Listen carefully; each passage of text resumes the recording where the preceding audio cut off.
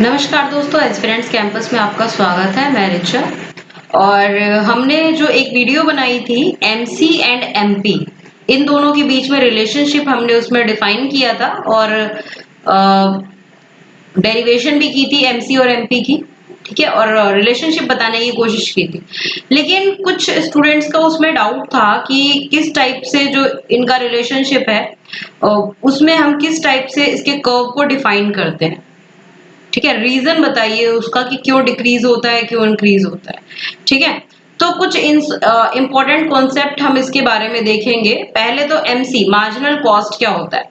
तो marginal cost होता है additional cost incurred by producing one more unit of goods and services, यानी कि एक और यूनिट किसी गुड्स एंड सर्विसेज का हम प्रोड्यूस करते हैं, एक्स्ट्रा प्रोड्यूस करते हैं। ठीक है, तो उस पे जो कॉस्ट जुड़ जाता है उसको हम कहते हैं मार्जिनल कॉस्ट। ठीक है, अब ये कैलकुलेट कैसे किया जाता है, change in total cost upon में, यानी कि divided by change in quantity produced.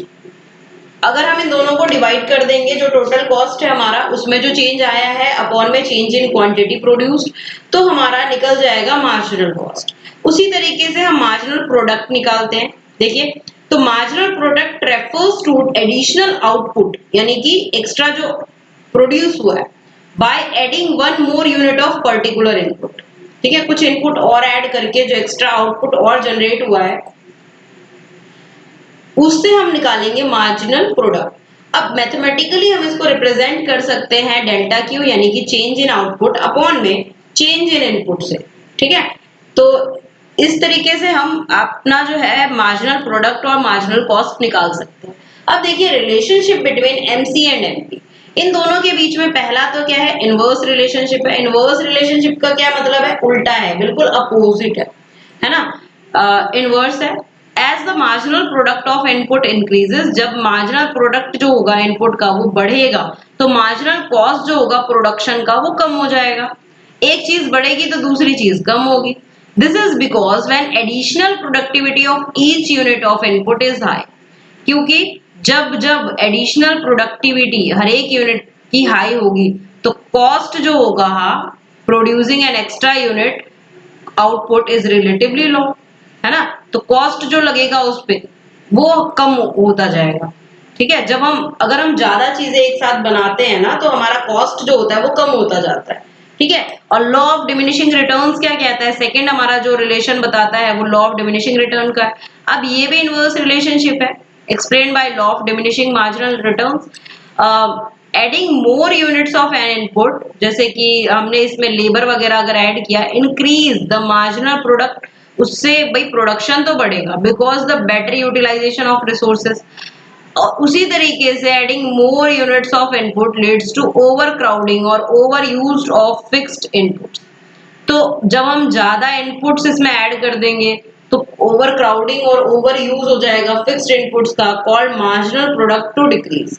उससे मार्जिनल प्रोडक्ट जो है धीरे धीरे खत्म हो जाएगा। ज्यादा ओवर क्राउडिंग होगी अगर तो ज्यादा चीजें यूज हो जाएंगी, जैसे हमारे पास जो भी स्पेस था, लैंड था, वो यूज होगा ज्यादा से ज्यादा, है ना।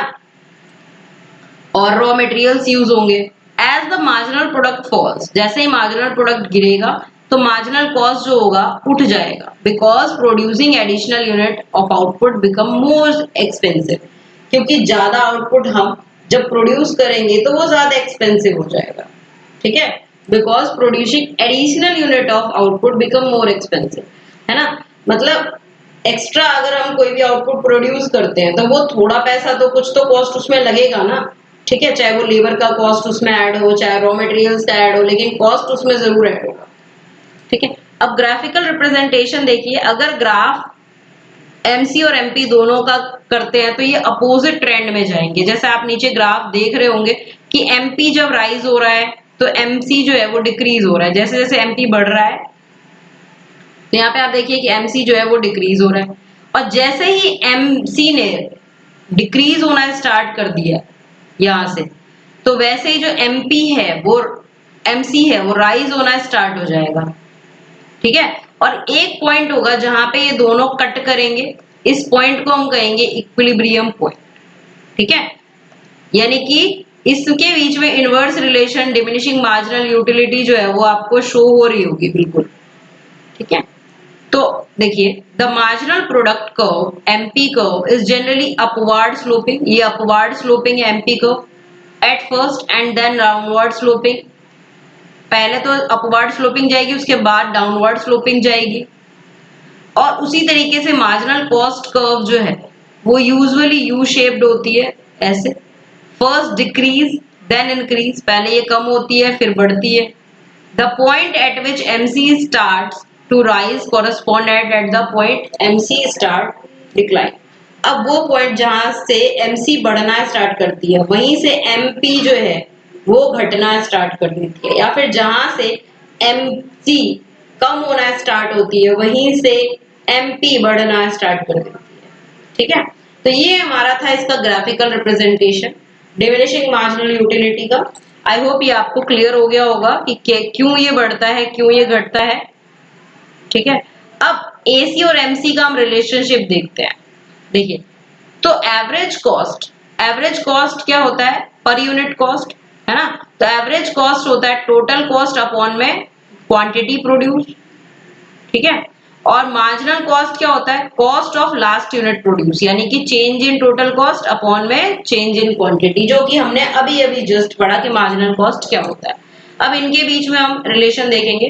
तो मार्जिनल कॉस्ट को हम टोटल कॉस्ट जो last total cost N times है उससे हम माइनस कर सकते हैं टोटल कॉस्ट n-1 को, है ना, उससे एक पहले वाला। तो देखिए अब कैसे निकाल सकते हैं, हमारे पास यहाँ पे आउटपुट है कुछ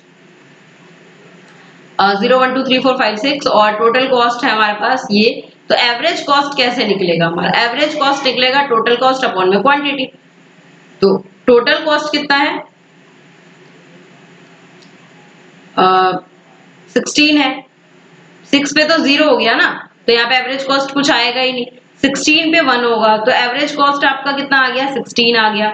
24 पे 2 हो जाएगा तो 24 का हाफ कितना हो जाएगा 12 हो जाएगा। 30 पे 3 तो 30 का 10 टाइम्स हो गया। 40 का 4 तो 10 हो गया। 56 का 5 है तो 11.2 हो गया। 78 का 6 हो गया तो डिवाइड कर देंगे तो 13 आ जाएगा। ठीक है, 13 6 78। तो हमने एवरेज कॉस्ट इसी टाइप से निकाला। अब उसके बाद आता है मार्जिनल कॉस्ट। तो टोटल कॉस्ट 16 में से 6 गए तो बचेंगे 10।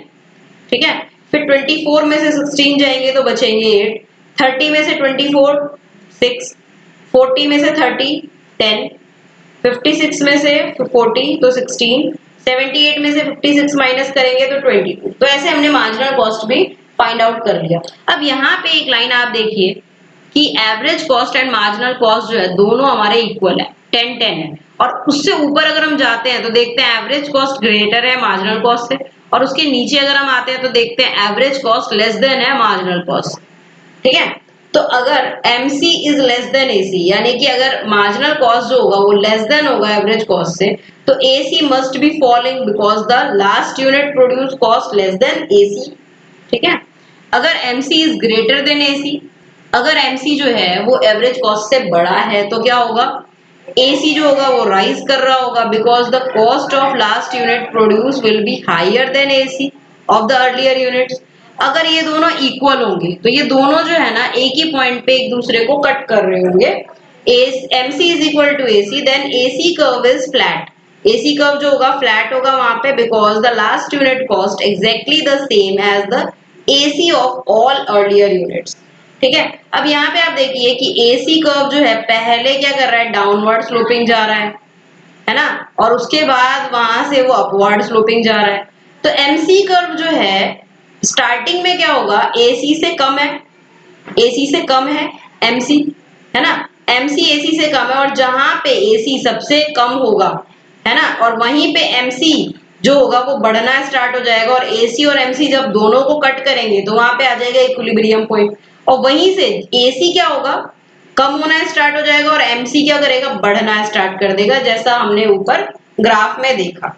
ठीक है, तो यहाँ पे देखिए AC is greater than MC, तो AC डिक्रीज करेगा। AC is less than MC, तो AC इंक्रीज करेगा। AC is equal to MC, तो AC कांस्टेंट रहेगा वहां पे।